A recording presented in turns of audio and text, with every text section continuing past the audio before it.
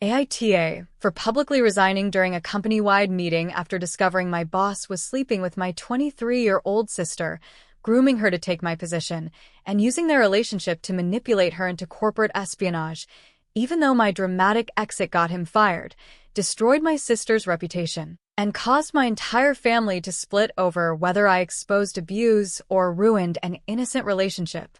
31F, just blew up my career, my family relationships, and possibly my sister's entire future in one spectacular 15-minute resignation speech, and I'm being called everything from a hero to a jealous, vindictive monster depending on who you ask.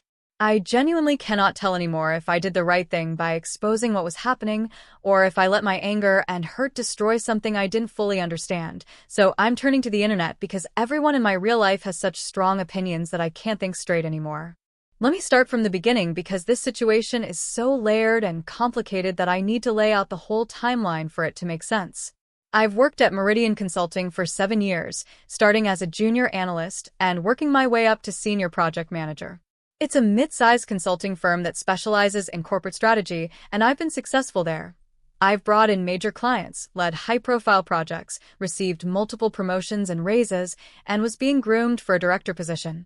My boss, Derek, 42M, has been with the company for 15 years and is a VP. He hired me, mentored me, and for years I considered him not just a great boss, but someone I genuinely respected and trusted. He was charismatic, supportive of my career growth, and seemed to genuinely care about developing his team. I never saw any red flags with him. No inappropriate behavior, no favoritism, no office affairs that I knew of. He was married, though I learned later he'd been separated for about a year, had 2 kids, and seemed like a stand-up professional. My sister Lily is 23, 8 years younger than me. She graduated college last year with a degree in business and was struggling to find her footing in the job market. She'd had a couple of internships, but nothing that led to a full-time offer, and she was getting discouraged. She was living at home with our parents, working retail part-time, and sending out dozens of applications with no responses. I felt bad for her. The job market is tough for recent grads, so about 6 months ago, when Derek mentioned that his team was looking to hire a new junior analyst, I recommended Lily. I sent Derek her resume, gave her a glowing recommendation as a hard worker and quick learner, and even coached her for the interview. Derek hired her within 2 weeks. I was thrilled to have my sister working at the same company, even excited about mentoring her the way Derek had mentored me. For the first month or so, everything seemed great. Lily was enthusiastic, asking me questions about the work, joining me for lunch, and seeming genuinely excited about her new career. Then things started to shift. Lily began staying late at the office, later than I did, which seemed odd for a junior analyst who shouldn't have had that much work. She started declining my lunch invitations, saying she had meetings or needed to focus. She became more distant, less open with me. When I asked her about it, she said she was just trying to work hard and make a good impression, which I understood but still felt weird about. Then I noticed she was spending a lot of time with Derek. Like, a lot. They'd be in closed-door meetings constantly. He'd ask her to accompany him to client meetings that seemed above her level. I'd see them talking in hushed conversations that would stop when I approached. At first, I thought maybe Derek was just giving her extra mentorship, the way he'd done for me when I started. But something felt off. The way they interacted seemed too familiar, too comfortable. There were inside jokes I didn't understand, lingering glances. At the company happy hour about 3 months ago, I saw them leave together, and when I casually asked Lily about it the next day, she got defensive and said Derek had just given her a ride home since she'd taken an Uber to the bar. It was plausible, but my gut was telling me something else was happening. I started paying more attention. I noticed Derek was suddenly very invested in Lily's projects, giving her high-profile assignments that other junior analysts weren't getting. She was being invited to executive meetings. She was traveling to client sites that typically only senior staff attended. Other colleagues started making comments. Nothing explicit, but little remarks like, "Lily's moving up fast," or, "Must be nice to have connections." I told myself I was being paranoid, maybe even jealous that my sister was getting opportunities I'd had to work years for, but I couldn't shake the feeling that something inappropriate was happening. Then, about 6 weeks ago, I accidentally stumbled onto proof. I'd left my laptop at the office and went back around 8 p.m. to grab it. The office was mostly empty, but I saw light coming from one of the conference rooms. I was walking past when I heard voices. Derek's and Lily's. I wouldn't have stopped, but I heard my name. I stood outside the door, not visible from inside, and listened. This is where I probably should have just walked away, but I didn't. Derek was saying, "We need to be patient. Once the restructuring happens in Q4, Emily's position will be redundant. HR is already on board with the plan. You'll slide into the senior PM role. We'll bring in someone new at the junior level, and no one will question it because you've been getting FaceTime with all the key clients." Lily's voice. "But what about Emily? She's going to know something's up. She's not stupid." Derek. "Emily's good at her job, but she's plateaued. She doesn't have the executive presence for the next level, and frankly, she's too comfortable. She'll get a decent severance package, land somewhere else easily. This isn't personal, it's business. And it's good for us." Lily, quieter. "I still feel guilty. She got me this job." Derek. "And now you're excelling because you're talented and driven, not because of Emily. You've earned this. Besides, once we go public with our relationship, it'll be easier. No more sneaking around, no more hiding. We can actually be together openly." There was a pause, then sounds that made it very clear they were kissing, possibly more. I felt like I was going to throw up. I left the office immediately, sat in my car in the parking garage, and tried to process what I'd heard.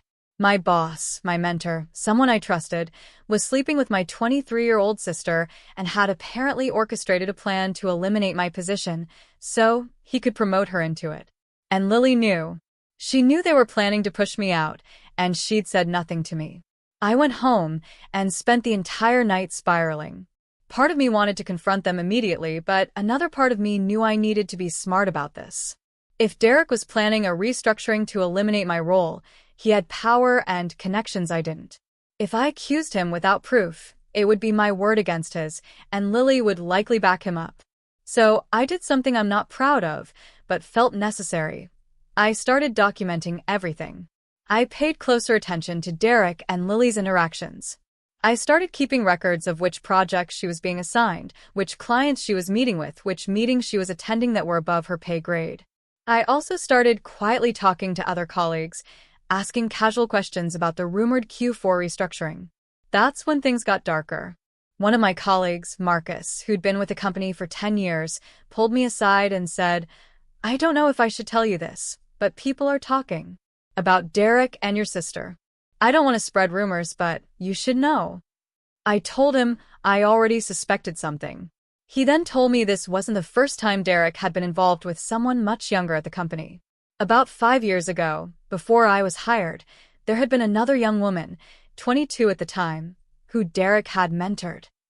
That relationship had ended badly, and the woman had left the company abruptly. There were rumors of a settlement and an NDA. HR had apparently swept it under the rug because Derek was a top performer who brought in millions in revenue. I was horrified. This wasn't just an affair or even just a case of him replacing me with my sister. This was a pattern of behavior where Derek targeted young, vulnerable women in the workplace and used his position of power to manipulate them. I reached out to the previous woman through LinkedIn. I'll call her Amy. Amy was hesitant to talk to me at first, but when I explained the situation, she agreed to a phone call. What she told me was chilling. Derek had pursued her when she was a new hire, made her feel special and chosen, promised her rapid career advancement, and initiated a sexual relationship. He told her she was mature beyond her years, that age was just a number, that they had a special connection. He positioned it as mentorship and romance combined. Then, when Amy started asking about the promised promotions that weren't materializing, Derek had become manipulative and controlling. He'd gaslight her, tell her she wasn't ready yet, that she needed to prove herself more. He'd started pitting her against other colleagues, making her do things that compromised her integrity, lying to clients, fudging reports, essentially using her as a pawn for his own advancement. When Amy finally tried to end the relationship and threatened to go to HR about the inappropriate nature of their relationship, Derek had turned on her completely.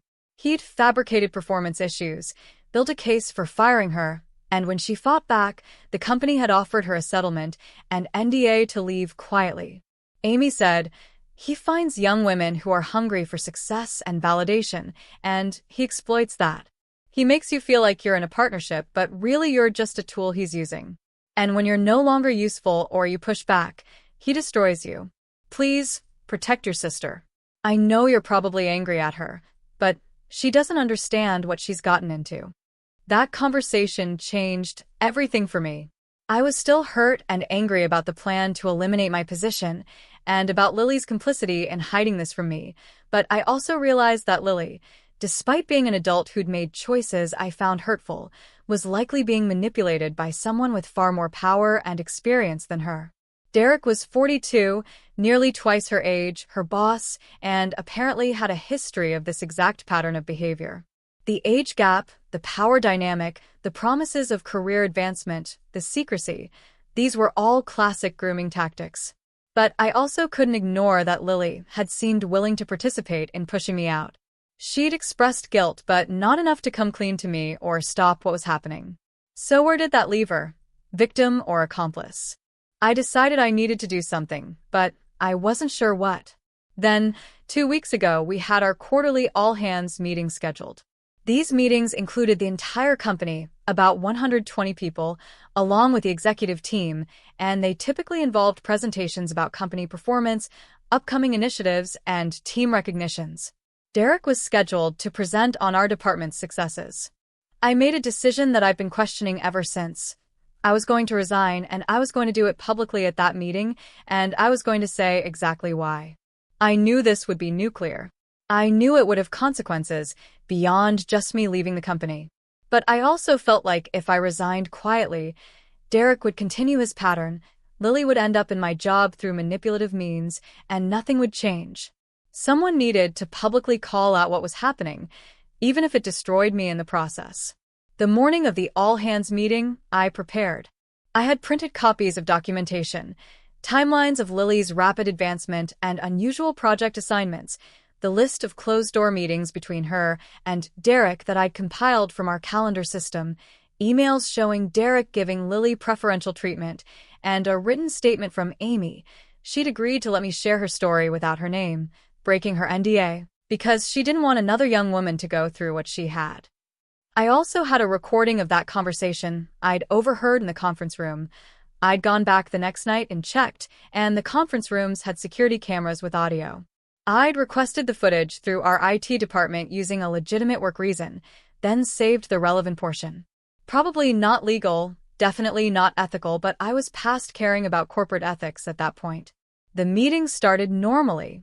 Our CEO talked about quarterly earnings, announced some new clients, did the usual corporate cheerleading. Then it was Derek's turn to present.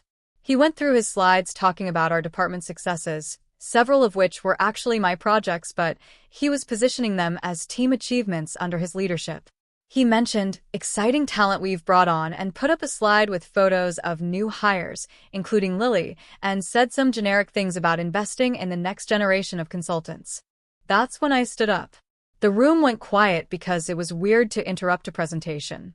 Derek looked annoyed and said, "Emily, did you have a question?" I said, "No, I have a resignation." I walked to the front of the room, and you could feel the confusion and discomfort from everyone present. Our CEO looked shocked. Derek's face went pale, then red. I turned to face the room and said, "I'm resigning effective immediately, and I think everyone here deserves to know why. For the past several months, Derek Harrison has been engaged in a sexual relationship with my sister, Lily, who is 23 years old, who he hired 6 months ago, and who he has since been grooming, both professionally and personally, to replace me in my role as senior project manager. This isn't speculation. I have documentation of him giving her assignments far above her experience level, including her in executive meetings and client presentations that junior analysts never attend, and most damningly, I have audio of him discussing plans to eliminate my position in Q4 so he can promote her into it." The room erupted.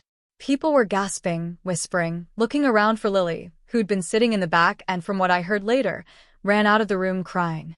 Derek was trying to interrupt me, saying, "This is completely inappropriate, Emily. If you have concerns, there are proper channels." But I kept going. I said, "This also isn't the first time Derek has pursued an inappropriate relationship with a much younger employee.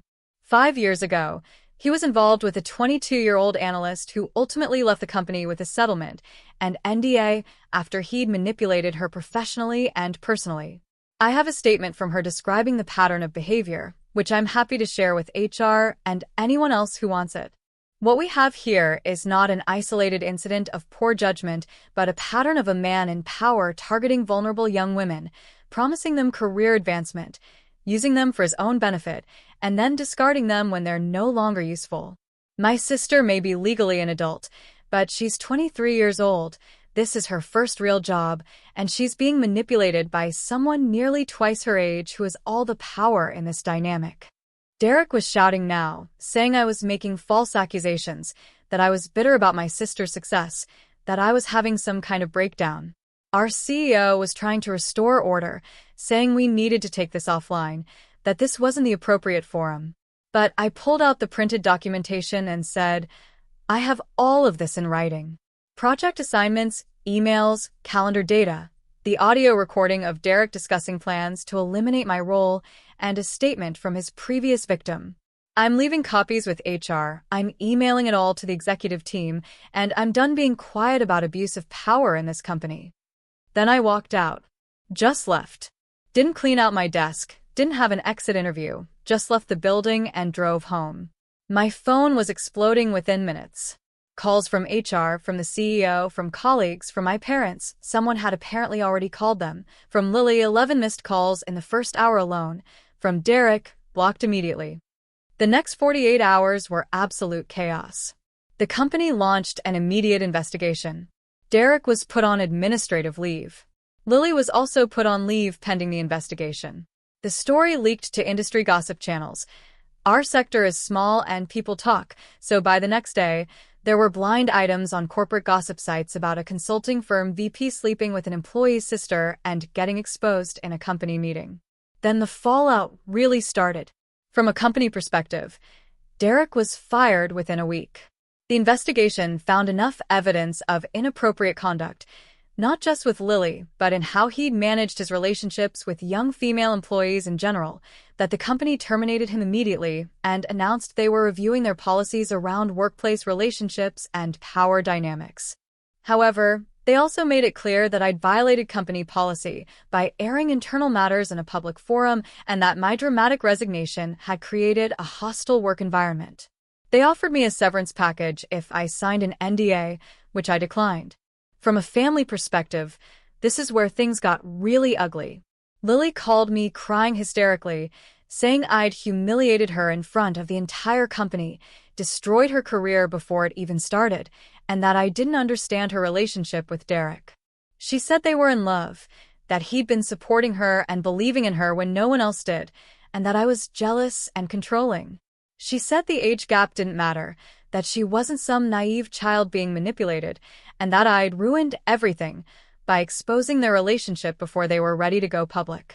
She said Derek had been planning to leave his wife officially. They'd been separated but working on divorce details, and they were going to be together properly, and I destroyed that. My parents were split. My dad was initially on my side, saying Derek was clearly inappropriate and that Lily had been manipulated. But my mom was more sympathetic to Lily, saying I'd handled it badly, that I could have come to them privately as a family instead of blowing up Lily's career publicly. My mom said, "Even if you were right about the relationship being inappropriate, did you have to destroy her reputation in front of everyone? She'll never live this down. Every future employer will find out about this. You could have handled this differently." My extended family got involved. My aunt, mom's sister, called me saying I was cruel and vindictive, that I'd publicly shamed my own sister instead of trying to protect her, and that, even if Derek was wrong, Lily is family, and you turned on her. Several cousins reached out with varying opinions. Some supported me, some thought I'd gone too far, some said both Derek and I were wrong, and Lily was the real victim. The company perspective among my former colleagues is mixed. Some people have reached out privately to say I did the right thing, that Derek's behavior had been an open secret, and that someone needed to call it out. A few women at the company told me they'd had uncomfortable interactions with Derek and were glad he was gone. But others, especially some of Derek's allies and people who'd worked closely with him, are saying I destroyed a man's career over a consensual relationship between adults, that I weaponized HR because I was threatened by my sister's success, and that my public spectacle was unprofessional and vengeful. One former colleague said, "Even if Derek and Lily's relationship was inappropriate, you didn't need to nuke his entire career. You could have gone to HR quietly. What you did was revenge, not justice." Social media has been a nightmare. Somehow the story got picked up by a workplace drama account, and while names were changed, enough details were there that people in our industry know it's about me. The comments are split between people saying I'm a hero for exposing a pattern of predatory behavior and people saying I'm a bitter, jealous woman who destroyed my own sister's career because she was more successful than me. Some comments even suggest I was in love with Derek myself, and that's why I reacted so strongly. Derek has been threatening legal action, claiming defamation, and saying he and Lily were in a consensual relationship between adults and that I maliciously destroyed his reputation. His lawyer sent me a cease and desist letter, which my lawyer, I had to hire one, says is mostly bluster, but it's still stressful. From Lily's perspective, this is where things get really complicated and why I'm questioning myself. After the initial angry phone call, Lily sent me a long email about a week later. The tone was different, less angry, more confused and hurt. She wrote that she'd been talking to a therapist her company-provided EAP had connected her with, and the therapist had asked her a lot of questions about her relationship with Derek that made her start seeing things differently.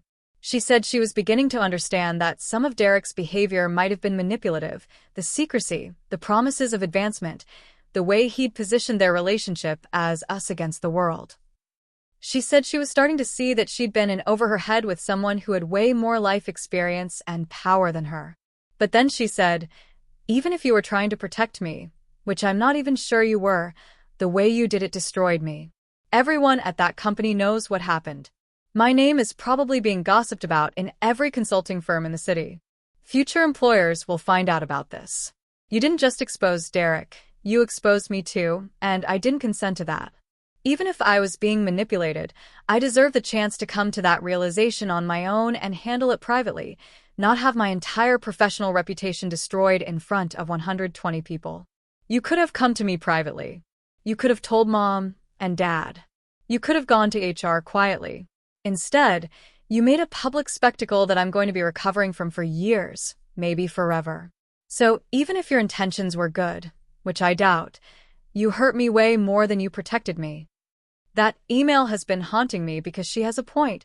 Did I expose Derek's pattern of behavior and potentially protect future young women from him? Yes. Did I also publicly humiliate my 23-year-old sister and potentially damage her career permanently? Also yes. Could I have achieved the first without the second?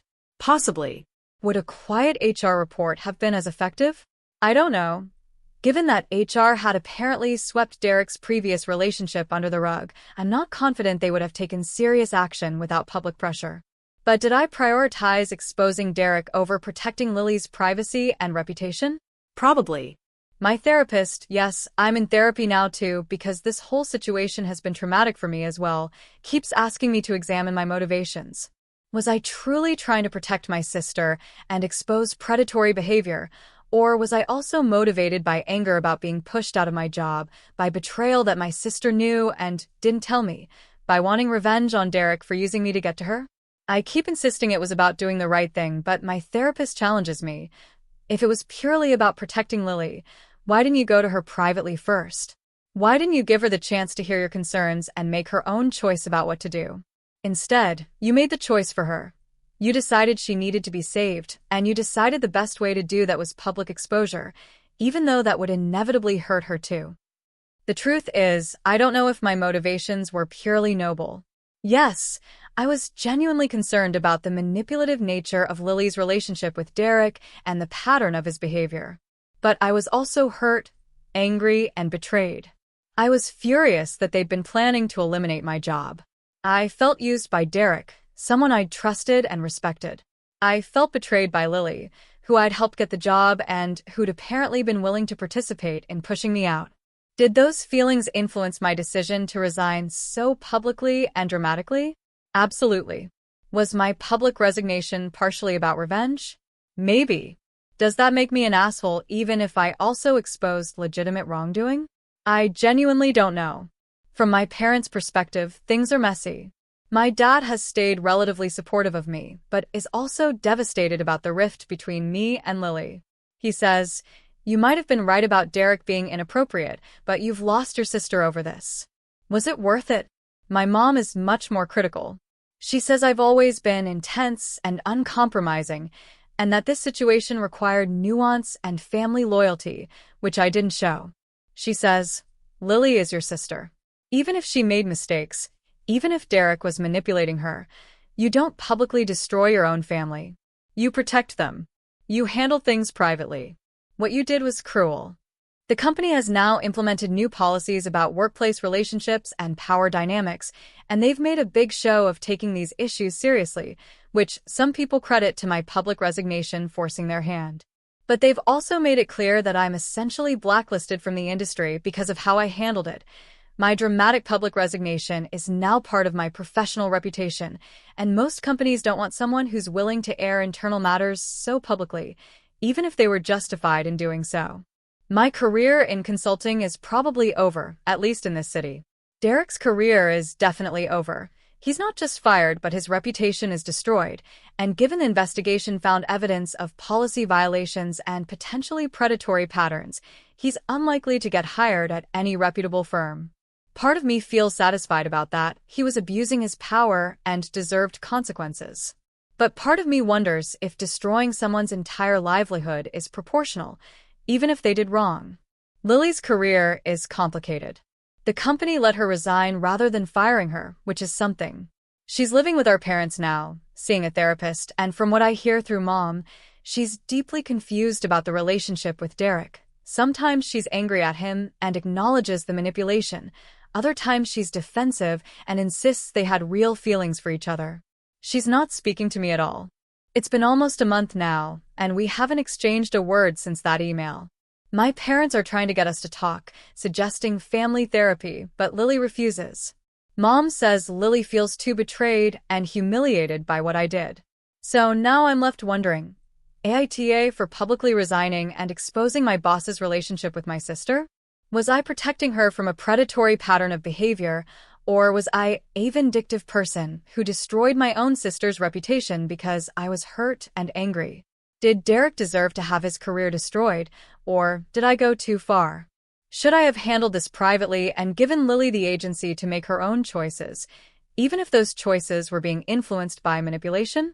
Was my public resignation an act of whistleblowing courage or unprofessional revenge? Everyone has an opinion, and I can't figure out anymore what's true. Was I justified in what I did, or am I the asshole who let my anger destroy multiple lives, including my own sister's, even if my intentions included protecting her?